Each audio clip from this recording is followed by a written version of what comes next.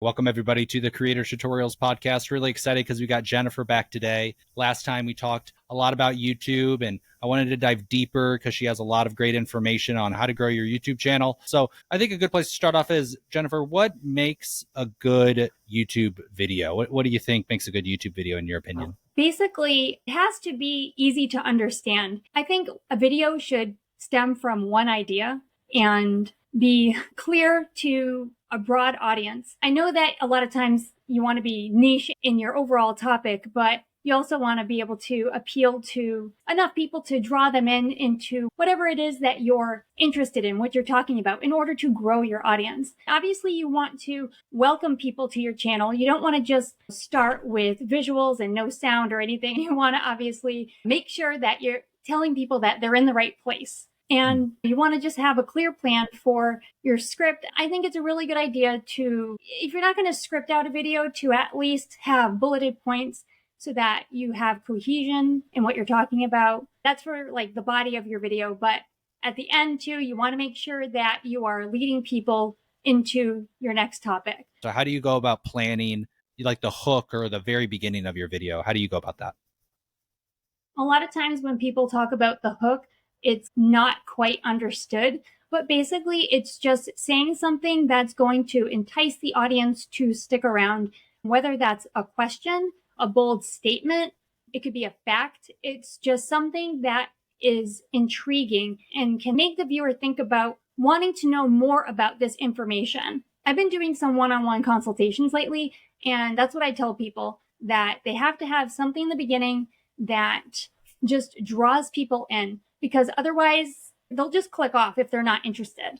What about editing for the beginning of the video? Any tips? Do you try to do a lot of like visual stimulation in the beginning, or are you really using your words and what you're saying in the messaging more than the visuals? I've been experimenting a little bit with that. I do notice that it's different for every single niche. Through working with some of these channels, I've noticed that, if you've got, say, a silent vlog, it's going to be very, very different than if you're entertainment. So say you're entertainment like Ryan Trahan, he has got, I kid you not, like 20 different cuts within the first 20 seconds. Like it is just high intensity in your face. Like this is what we're going to talk about today. They just really grab your attention in that way. For me, I've thrown an explosion in the beginning. I've also tried to be very start with a bold statement. I've been experimenting to see what's kind of working best. It really depends on your niche. For me, I think my audience really likes it when I tell them what they're going to get. I repeat the title of the video so they know they're in the right place and they know what I'm going to talk about, because they're there to learn about growing on YouTube. If you've got like a silent vlog, or you got some more peaceful cottage vibe video, you're going to want to start with some music, maybe pouring a cup of tea. It's very different depending on the niche. Great advice there. How do you craft your titles for your videos? What are you thinking about? Like, yeah, you're going to say it at the beginning of the video, but do you use any tools, or what's your thought process around title creation? What I've heard a lot over the past couple of years is to appeal to the human. And I've also heard that SEO is really important. Keywords are really important for search. So I feel like a lot of the gurus are kind of saying, keep your titles under 50 characters and make sure you're appealing to the human side. But there's also this whole other side where people are like, be keyword rich, be searchable. And I found that it's kind of best to marry the two. And sometimes I will try compound titles where I will include like vivid language, such as shocking or fear or don't or mistakes. But I also will include just a search term afterwards, like on the second half of the title. And they might not always be 50 characters or shorter. It's something that I am, experimenting with, but also I noticed that keywords are necessary. I like to follow a guy named Jake Thomas. He's basically the title king of YouTube. And he says to use curiosity and negativity in your titles. That creates tension and gets people to want to click. Sometimes I will also just go right into the search bar of YouTube, type in whatever the video topic is about, and see what people are actually typing in. And then I will pick something from that for a certain audience. Like say you're doing how to cook. You don't want to just have how to cook. That's way too broad. You want to have like how to cook for busy parents, something like that. So you want to kind of narrow it down, but have that long tail keyword in there so that you're reaching the right audience. Yeah, I think that's awesome advice. What about YouTube thumbnails? You have some really great YouTube thumbnails. Do you design those yourself? How do you go about making your thumbnails, and what's your thought process around when you're making them? For thumbnails, I did basically a ton of research when I was solely working for my husband's channel. I wanted to improve them. I mean, we started off doing just a clip from the video, one of those auto-generated awful, clips. And that was the thumbnail. But as I went on, I tried different things. But after my research, basically what I found is you want to keep the thumbnail pretty simple. You want to include stuff from within the video. I found that arrows and circles and X's, check marks, oh my gosh, those are just so useful. Time tested. People love those. And it also brings a lot of focus to what it is that you want to bring focus to in your thumbnail, what you want people to be intrigued by. If you don't want to include arrow or circle, you could also keep whatever it is you want to bring focus to literally in focus, and then whatever is not as important, keep it blurred in the background. I also noticed that you don't want two things: to leave a lot of empty space. I got that tip from Mr. Beast. He tries to use up the entire real estate of the thumbnail because, if you've got it, definitely use it. That's also my theory on the banner, but also keep it clean and contrasted, because if things are not easy to read, like the text, like it blends in with the background, it's just no good. You know what I mean? You want things to be simple, clear, quick to understand. Yeah, I think those are really good tips. I noticed that in your videos, like checklist or the arrows or the circles or the in focus and out of focus. Those are really good. I wrote those down because those are really great tips there. Okay, talk to me now about the description of the video, right? So you got this big description, you have 5,000 characters. Are you using all 5,000 characters? Are you typing in a bunch of hashtags, or how do you go about doing the description on your videos? So I don't use all 5,000 characters, but I am pretty close. And I'm not saying that you even have to use all 5,000 or that it's good to, because when it gets too long, I don't know if, everyone really cares to read all that.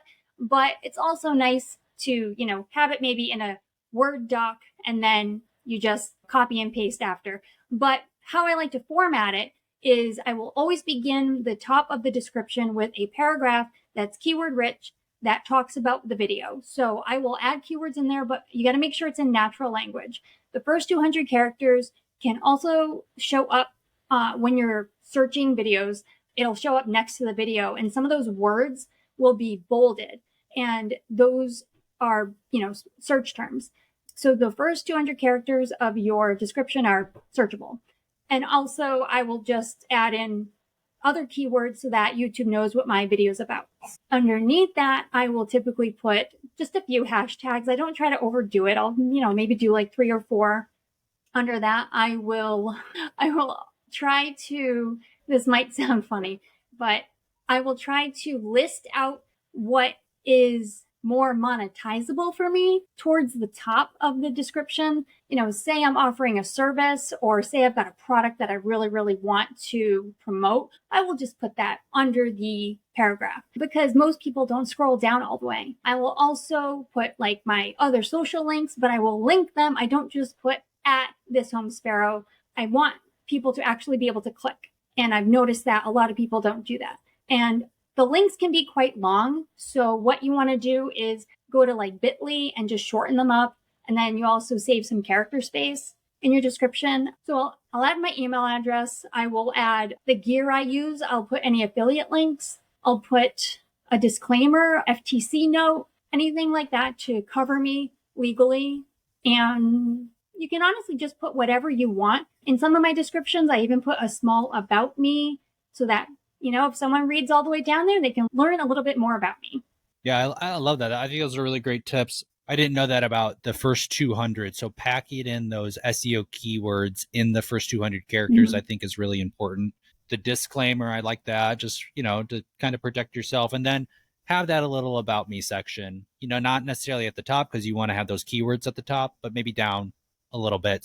And I've Mhm. overloaded it with hashtags and like literally like 5,000 characters of hashtags. And I don't see it has much of an effect. I think the title and like you said, those first 200 words does have the biggest influence. So I think those are really great tips. I want to go back to the YouTube thumbnails because I think there's still some more things to be said about that. You gave us the really great advice of the checklist and the arrows and the circles and the in focus and out of focus, but how are you actually making them? Do you do them in Canva, Photoshop? And how long are you spending on them? Like, is it hours or is it like, okay, like what's your importance of that thumbnail? I would say in terms of time, because for my husband's, I can make his thumbnail in like 15 minutes or less because we have like a format.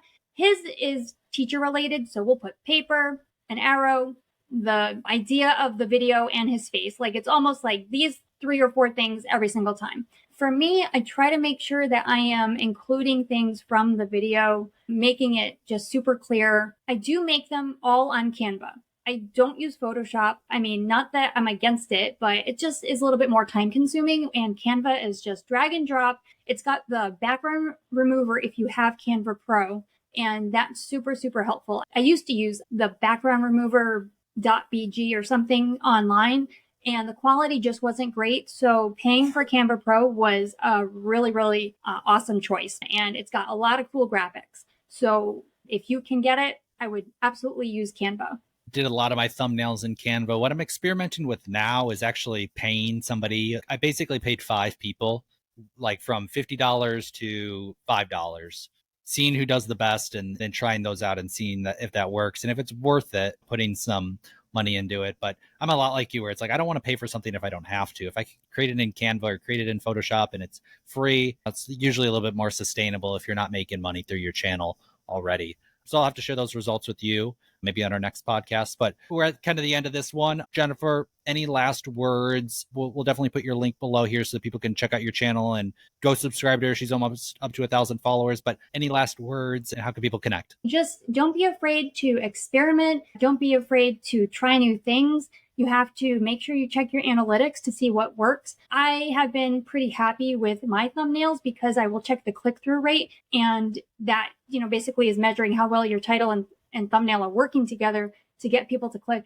And I am averaging probably about a 5% or higher click-through rate. So I'm like pretty decently happy with that. So I probably won't be paying anyone to make my thumbnails, but I am going to constantly try to improve. And that's the thing with analytics. Whatever works, you want to double down on that. And what's not, you got to adjust. You can find me at This Home Sparrow on YouTube and on basically every other platform, Instagram, TikTok. I am taking one-on-one consultations right now and doing coaching. I have been doing that for the past few weeks and it's been going really well. If you want, I can do Zoom or just type up an in-depth, actionable steps for you to take to improve your channel. Awesome. Awesome. Yeah, definitely subscribe to her channel. She's got some more really great tips. She expands upon a lot of what we talked here today on her channel. So really appreciate you being on, Jennifer. We'll have to have you back for a third one here a little bit down the line. Once we both have some more experience and grown our channel and monetized, we'll come back and do another one. But thanks so much for being on today. Really, really great advice. And I think if people follow what you're saying, they will have similar success. So thank you. Thank you.